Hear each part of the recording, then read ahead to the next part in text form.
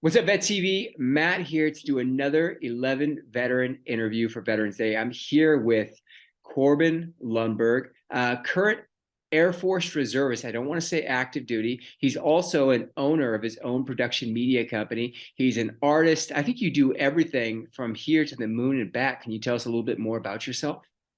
Hey, yeah, my name's Corban Lundborg, current Air Force Reserve at the 4th Combat Camera Squadron, based out of Charleston, South Carolina. I live full time in Atlanta, and I live here with my wife, where we run a creative agency, kind of specializing in all forms of creative media. My background's in painting, but in the more recent years, I've moved into multimedia projects. So you're a creative, somebody who's in the creative space. Do you feel like there's a specific emotion that drives you to create something that others can genuinely connect to? That's a good question. You said, is there an emotion that drives me to create?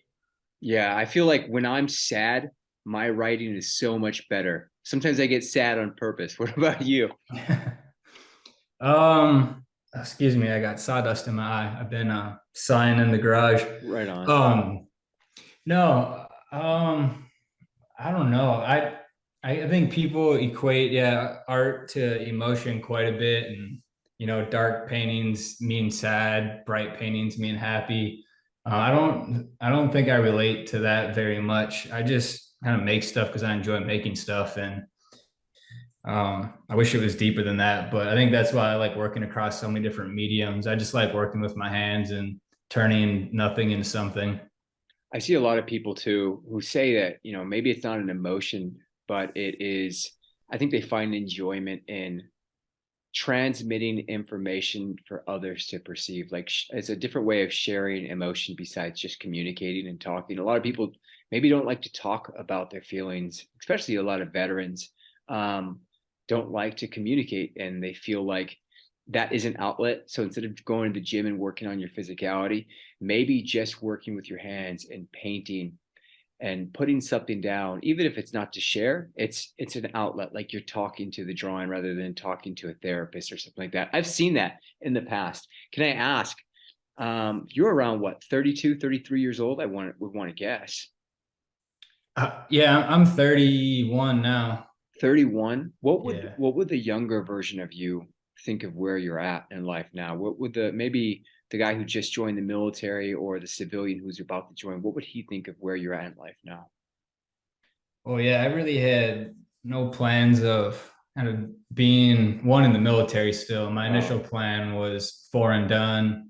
I went in looking to kind of do the minimum, and the thought process of a 17-year-old back at the time. I'm really glad that I have stayed in and ended up where I am. yeah. As far as on the artist side, I think a younger 17-year-old me planned on being a tattoo artist, and I Yeah. did do that for a while, and I still dabble. But it's been fun to travel the world, meet all these different people, and see all these different outlets for creating and being able to um, learn from them, and then take on much more than simply tattooing, which is still a art form I really enjoy. But there's a lot more to being an artist, I suppose. Now, when you first joined the Air Force, you actually didn't join the same position that you hold now as far as your job, right? Yeah, that's correct. I joined as a supply troop. Okay. And then Yes. what did you become after? What are you now?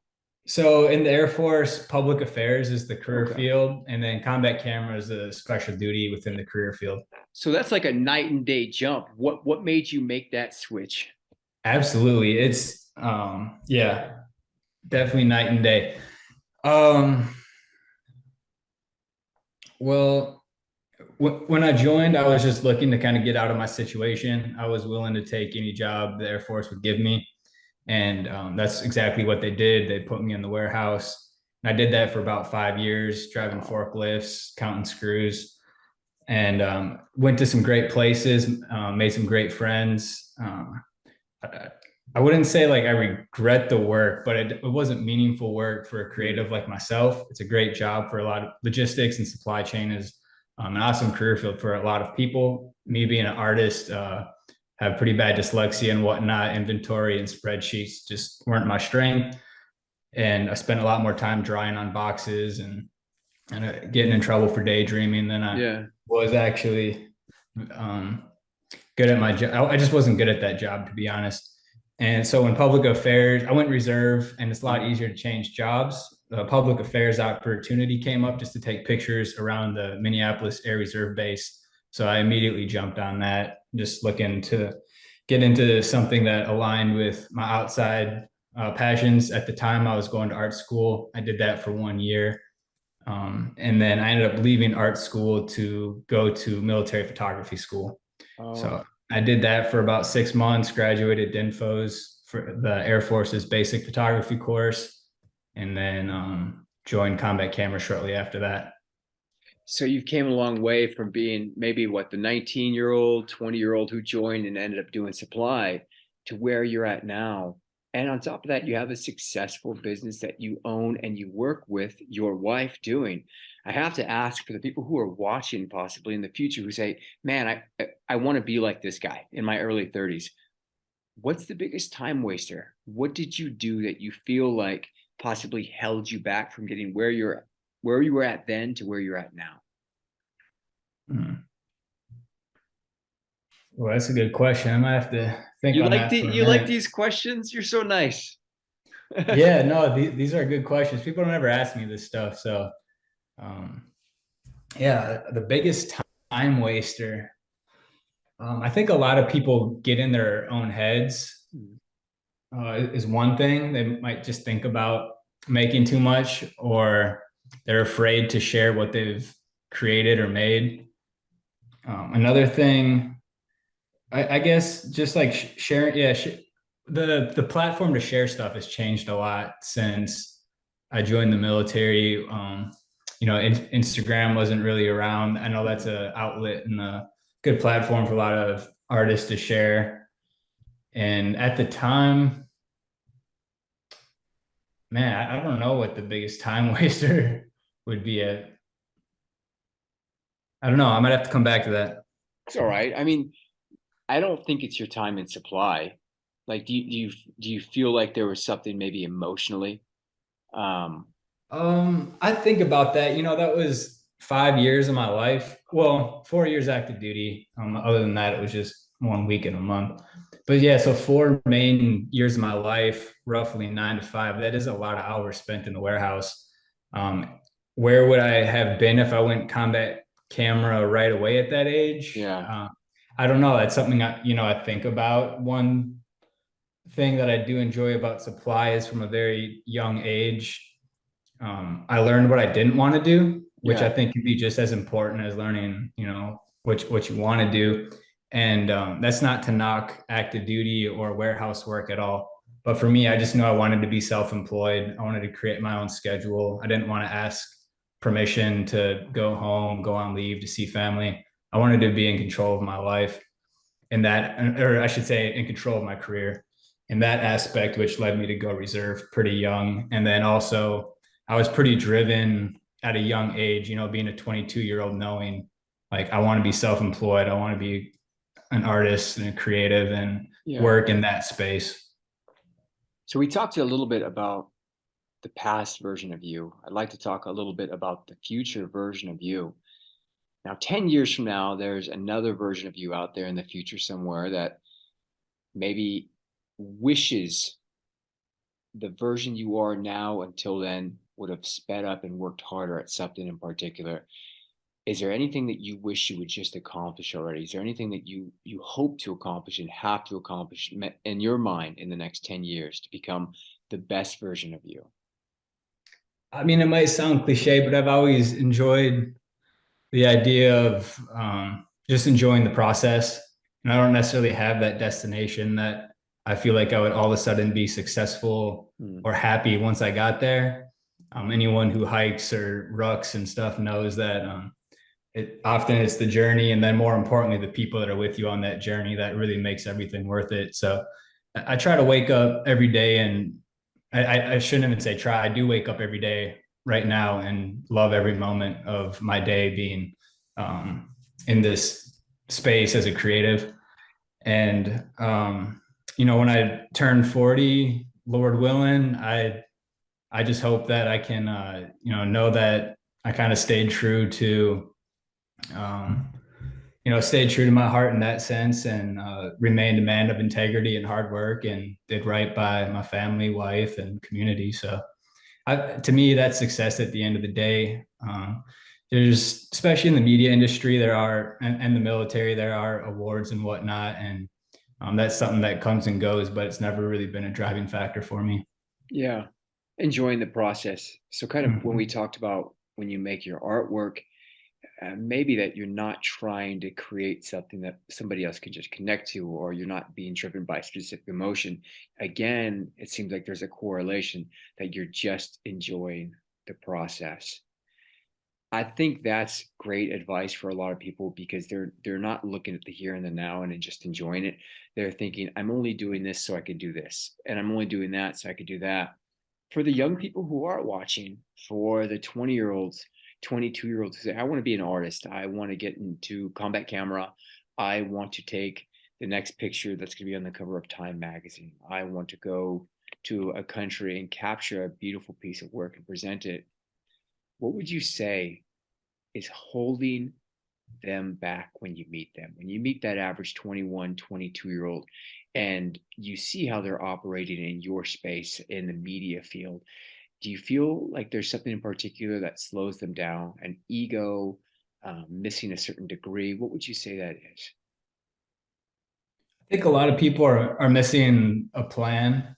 Mm. I do meet a lot of people.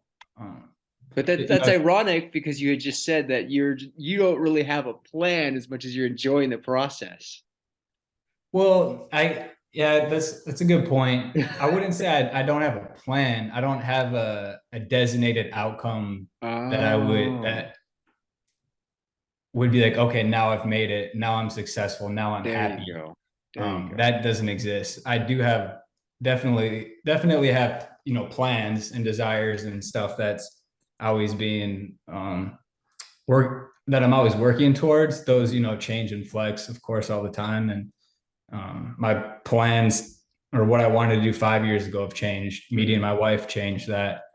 Joining combat cameras changed that. Just um, yeah, moving to Atlanta. I moved here from Los Angeles, and stuff. Your environment's constantly changing, and you're flexing those plans and goals. But I wouldn't say I don't have a plan.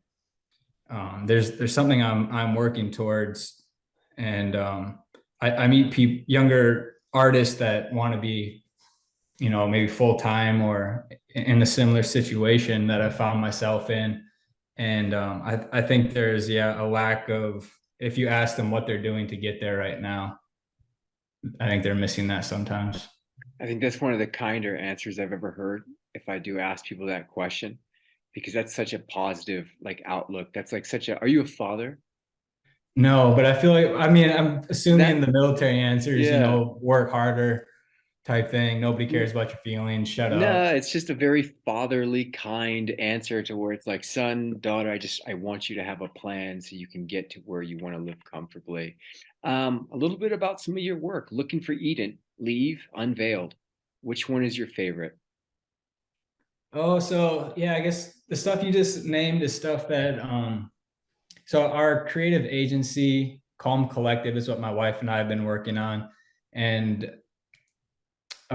that's kind of the media outlet. We part of that plan and goal is to be filmmakers, Hmm. and leading to a plan. This might be a good tie back. You want to be a film director. Hmm. How do you direct films? You have to direct films. You don't Right. necessarily just go out and get hired to direct the film. They're going to say, what films have you direct? So a lot of the acting and art industry is kind of a catch-22 in that sense. I mean, for example, if you want to be an actor, they're going to say, well, you have to have a reel for if you want to get casted. And they're going to say, well, how do I get a reel? They're going to say, well, you have to act. Well, how do you act if you don't have a reel? So it's kind of this idea where early on you really have to create your own opportunities. And my wife and I have been doing that through some of these short films. And if anything, those were just kind of collaborations between the two of us to get that experience and get familiar what it's like directing actors and blocking films and the process of pre-production, production, post-production, and knowing all the stages, getting familiar. And once you start doing that, people see you doing that. And then that's when people reach out and say, hey, will you direct my film? Will you shoot this for me? And the work usually leads to more work. So those were a few of the projects we did on that end. Currently, we're producing a series that we haven't really launched or shared yet on the website, but it's definitely our biggest project to date. It's funded, and we've been working on it for a few months. But we're definitely in the pre-production and early production phases where we're collecting all of the imagery and content at the moment. Once we have a good archive of everything, we're going to start releasing, sharing, and probably having a launch party for that here in Atlanta soon. It's funny that that space works that way. It's like kind of like you have to go get ID. And to get ID, you need ID. And if I had ID, I wouldn't need ID. And it's just like that. It's funny that it works everywhere like that. When you're making these short films, when you're doing your paintings, when you're doing your work, even your photography with the Air Force, what's your biggest pet peeve on the way that a general audience looks at your work and reviews it? Well, this might be semantics and whatnot, but the idea of like, wow, you're talented is something that sometimes gets annoying to me, because I think talent refers to the idea of you were just born to do this without necessarily putting in some of that work and not to call myself a master, but this idea of honing a skill, mastering a skill, putting hundreds to thousands of hours into something. Because I mean, as an artist, I've spent thousands of hours behind an easel canvas with a pen or pencil in hand working on stuff. And then people see the most recent work and then it's just a quick, wow, you're talented. And then it kind of ends there, not necessarily understanding, just like a athlete, anyone in academia, whatever you do, a fighter pilot, there's so many layers and hours of training that go into stuff. And the same is for the arts, but I do think it's something that is quickly looked upon and assumed that it was just something you were born with.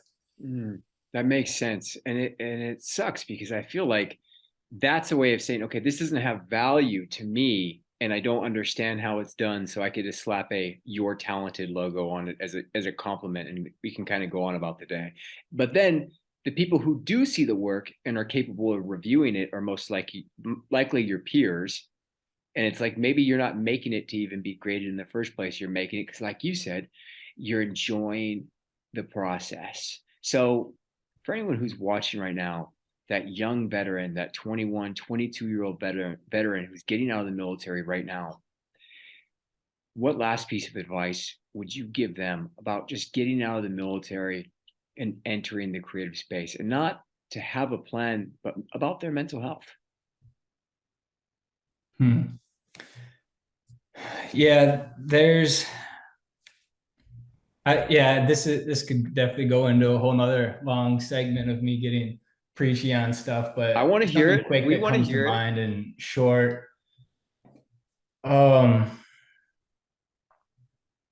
For people, if you're leaving the military to pursue the arts, I would say just be patient.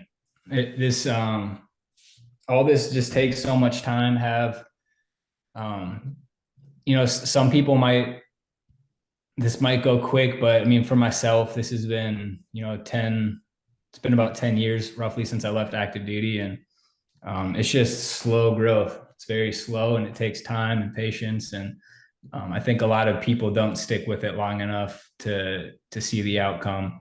And it's a marathon more than a sprint. So, be easy on yourself when you're not seeing immediate results. If people aren't loving your art right away, keep writing, keep drawing, keep acting, whatever you're into. And also find a good mentor or something, whether that's someone you physically know or if it's just someone whose work you look up to. As a young painter, that was something I still do all the time, but especially as a young painter, there were just a few artists that whose work that I really looked up to, and I just spent a lot of time kind of watching their lives, their work, and drawing from that inspiration. I feel like when I speak to people in the creative space, you see that a lot of them are defined by their patience to repeat the process until it's done well and can be reviewed well by others. And that's why it's not a talent, it's an earned skill. It's an earned skill. And maybe you had a keener eye to it in the first place than some other people. Maybe life prepared you a little bit more to have that keen skill a little bit more upfront. You know, you could have your dad teaching you to draw when you're 3 years old. That still doesn't mean it's just a talent. It's an earned skill. I want to give a huge shout out to you, Corbin. Thank you for spending time with us today and talking about what it's like to be active duty, reservist, or just a veteran, somebody who's earned their way in this field. And for everybody who's watching, where can we find you on some kind of maybe social media? Where can they follow you? Where can they check out some of your work? Yeah, I have a personal website, which is just my first and last name, just Corbin, CORBANLUNDBORG. If you Google my name, that'll come up. And then that links to Calm Collective, which is Calm-Collective. That's our creative agency we're building here in Atlanta. That's been growing very rapidly. And we're starting to take on and sign some new artists soon here. And then otherwise, I'm on social media, pretty much the old school ones, Facebook and Instagram. Yeah. And I try to stay pretty approachable on there. If people come to me with honest concerns, questions, I try to always be approachable and take the time to speak to younger folks that have meaningful questions. So don't be afraid to reach out if any of this connected with you. We appreciate you so much. For everyone who's watching, this is Vet TV, and we'll see you next time. Appreciate it.